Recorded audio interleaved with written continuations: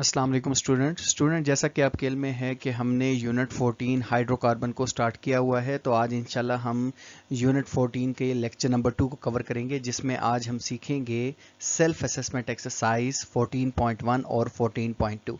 तो आइए स्टार्ट करते हैं आज का हमारा ये लेक्चर।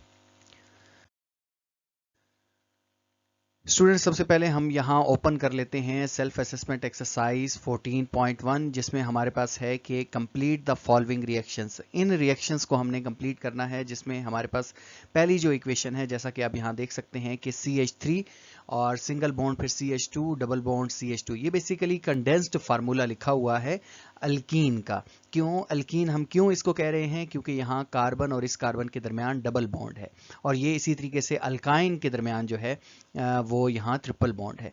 तो अगर हम इसी फार्मूला को नीचे लिख लें दोबारा से, तो हम यहाँ देखें कि हमने इसको यहाँ दोबारा से नीचे लिख लिया। इसमें हमने करना क्या है? इसमें हमने जस्ट ये हाइड्रोजन जो है इसको ऐड करवाना है, इस हाइड्रोजन के मालिक्यूल को। तो ये मैंने पहले इसको लिख लिया, इस पूरे रिएक्शन को। यहाँ आप देख सकते हैं कि बिल्कुल ऐसे ही, सिर्फ इन दोनों में फ़र्क इतना सा है कि ये कंडेंस्ड फार्मूला है और ये स्ट्रक्चरल फार्मूला है।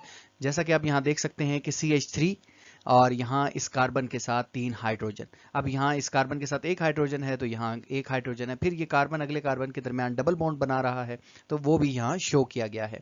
और यहाँ फिर अगेन इस कार्बन के साथ 2 हाइड्रोजन है, और इसमें जब ये 2 हाइड्रोजन ऐड हमने करवाने हैं, तो ये वाला जो डबल बॉन्ड है ये सिंगल बॉन्ड में कन्वर्ट होगा। तो एक हाइड्रोजन इस कार्बन के साथ और एक इस कार्बन के साथ, यानी 2 एडजेसेंट कार्बन के साथ आपने हाइड्रोजन एटम को ऐड करवाना है एक एक करके।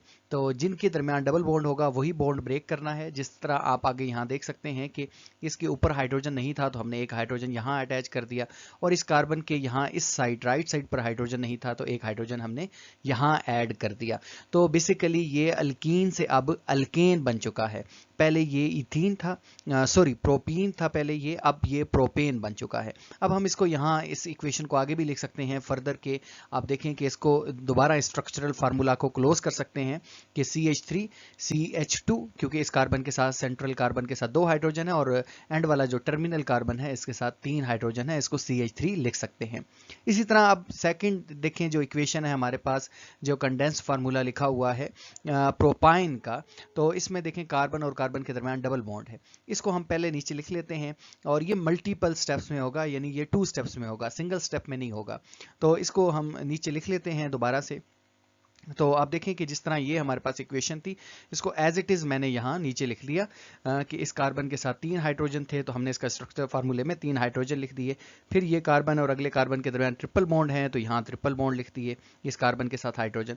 तो आपने पहले स्टेप में क्या करना है कि इनका ये जो पाई बॉन्ड है, ये ऊपर वाला जो बॉन्ड है इस कार्बन और इस कार्बन, वो ब्रेक करना है, और एक हाइड्रोजन इस कार्बन के साथ अटैच कर देना है, और एक इस लास्ट वाले के साथ। तो इस तरह हम इसको लिखेंगे, जैसा कि आप यहाँ देखें अगर, तो यहाँ डबल बॉन्ड रह गए, एक हाइड्रोजन इस कार्बन के साथ अटैच हो गया, और एक इसके साथ पहले अटैच था, एक ऊपर अटैच हो गया। अब फर्दर दोबारा हमने, क्योंकि यहाँ 2H2O लिखा हुआ है, यानी 4 हाइड्रोजन एटम है, 2 तो यहाँ हो जाएंगे अटैच, फिर 2 अगले स्टेप में आपने दोबारा ऐड करने हैं। तो जब हम दोबारा इसके साथ हाइड्रोजन ऐड करेंगे, तो ये बिल्कुल जस्ट ऐसा ही है जिस तरह ये बन चुका है। तो हमने क्या करना है कि ये फिर दोबारा एक और पाई बॉन्ड जो है वो हम ब्रेक करेंगे, और जब हम ये पाई बॉन्ड एक ब्रेक करेंगे, तो एक हाइड्रोजन इसके साथ अटैच हो जाएगा इस कार्बन के साथ, और एक टर्मिनल, तो टर्मिनल कार्बन के साथ 3 हाइड्रोजन बेसिकली अटैच हो गए, और सेंटर के साथ इस तरह 2 अटैच हो जाएंगे। इसको भी अगर हम दोबारा से इसका कंडेंस्ड फार्मूला लिखना चाहें, तो हम इसको लिख सकते हैं कि CH3, यानी इस कार्बन के साथ 3 हाइड्रोजन अटैच है, और इस कार्बन के साथ 2 हाइड्रोजन CH2, और टर्मिनल के साथ फिर CH3। तो इस तरह हमने इन इक्वेशंस को कंप्लीट करके लिख देना है। एग्जाम में आपने ये जो वर्क है ये रफ साइड पे बेशक कर लें, और यहाँ आपने प्रॉपर ये इस तरह से इक्वेशंस को लिखना है। अब हम मूव करते हैं 14.2 असेसमेंट की तरफ। स्टूडेंट अब हमारे पास कॉन्सेप्ट असेसमेंट एक्सरसाइज 14.2 है, जिसमें हमारे पास जो क्वेश्चन है वो ये है कि कंप्लीट द फॉलोइंग रिएक्शन। इसमें हमारे पास जो ए पार्ट है, यहाँ हम देख सकते हैं कि ये अल्काइल हाइलाइड है, क्योंकि यहाँ हालोजेंस एटम जो है वो अल्केन के साथ अटैच हैं अल्काइल ग्रुप के साथ। अगर हालोजेंस यानी ग्रुप 7 थे के एलिमेंट अगर अटैच कर दिए जाएँ, तो ये हालो अल्केन या अल्काइल हाइलाइड भी इनको कहते हैं। तो इनकी मदद से हमने इन इनको यूज़ करना है और इनको यूज़ करते हुए अल्केन की प्रिपरेशन करनी है, जो कि हम प्रीवियस लेक्चर में समझ चुके हैं कि जब हम इस हाइड्रोजन एटम को रिप्लेस करते हैं विद हाइड्रोजन एटम तो ये हमारे पास अल्केन बन जाता है, जिसको हमने नाम दिया था रिडक्शन ऑफ अल्काइल हाइलाइड। तो अब हम क्या करते हैं कि ये जो हमारे पास इक्वेशन लिखी है लेफ्ट साइड पर, इसको हम नीचे लिख लेते हैं। और नीचे अगर हम लिखें तो ये बेसिकली इसका कंडेंस्ड फार्मूला है। हमने इसका स्ट्रक्चरल फार्मूला लिखना है। यहाँ देखें टर्मिनल कार्बन के साथ 3 हाइड्रोजन, तो यहाँ हमने इसके साथ 3 हाइड्रोजन लिख दिए। आगे देखें इस कार्बन के साथ 2 हाइड्रोजन, एक ऊपर एक नीचे, और साथ में इसके साथ क्लोरीन एटम अटैच है। अब इसमें हमने नेसेंट हाइड्रोजन अटैच करने हैं। नेसेंट हाइड्रोजन ऐसे हाइड्रोजन को कहते हैं जो अलग अलग रह रहे हैं। अब ये हाइड्रोजन जैसे H2 लिखा होता है ना सम टाइम इसके साथ सबस्क्रिप्ट में, अगर ये तो वो हाइड्रोजन मॉलिक्यूल था। अब यहाँ 2 अगर पीछे लिखा है तो ये नेसेंट हाइड्रोजन है, दैट मीन हाइड्रोजन एटम है। तो अब हमने क्या करना है कि ये सिंपली इस क्लोरीन एटम को रिमूव करना है और यहाँ एक हाइड्रोजन एटम अटैच कर देना है। ये 2 हाइड्रोजन एटम है, एक यहाँ इस कार्बन के साथ क्लोरीन को रिमूव करते हुए यहाँ अटैच कर देना है, जैसा कि आप राइट साइड पर देख भी रहे हैं। और जो एक हाइड्रोजन होगा वो इस क्लोरीन जो यहाँ से निकलेगा उसके साथ मिलकर HCl फॉर्म करेगा।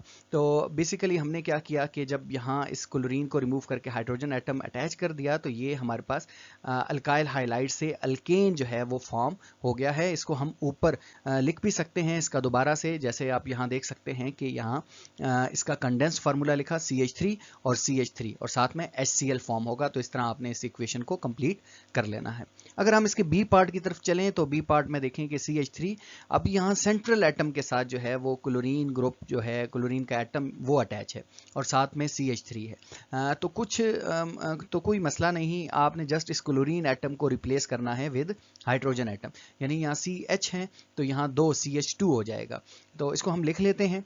यहाँ देखें कि इस पूरे क्वेश्चन को, इस पूरी इक्वेशन को हमने यहाँ लिख दिया। अब यहाँ से आप देखें तो यहाँ क्लोरीन को हमने रिप्लेस कर लिया विद हाइड्रोजन एटम और साथ में बाकी एज इट इज। अब ये जो क्लोरीन निकला ना, ये इस हाइड्रोजन के साथ मिलकर HCl करेगा और इधर 2 हाइड्रोजन थे, एक हाइड्रोजन हमने यहाँ इस जगह रिप्लेस कर लिया। इसको भी हम दोबारा इसको अगर कंडेंस्ड फॉर्म में लिखें तो यहाँ हम लिख सकते हैं कि CH3 CH2 और ये हो जाएगा CH3 और साथ में HCl। तो स्टूडेंट इसके साथ हमारा जो आज का लेक्चर था वो इख्तिताम को पहुँचा। लेकिन यहाँ मैं एक और बात बताता चलूँ कि हमने ऑनलाइन MCQs टेस्ट अरेंज किए हैं जो कि आप गूगल क्लासरूम के ऊपर जाकर अटेम्प्ट करेंगे और वहीं आपका रिजल्ट जो है वो बन जाएगा। ये बेसिकली हमने प्रिपरेशन का एक मेथड निकाला है जिसको आप करने से आपके MCQs बहुत हद तक, एग्ज़ाम के MCQs बहुत हद तक प्रिपेयर हो जाएंगे। तो अगर आप इसका हिस्सा बनना चाहते हैं तो वीडियो की डिस्क्रिप्शन में जाइए और गूगल क्लासरूम के लिंक को ज्वाइन करके इसका हिस्सा बनिए। आज 22 फरवरी है, तो आज से इंशाल्लाह हम ऑनलाइन MCQs का टेस्ट अरेंज कर रहे हैं। अपना बहुत ख्याल रखिएगा। मिलते हैं एक न्यू वीडियो लेक्चर के साथ, तब तक के लिए अल्लाह हाफिज़।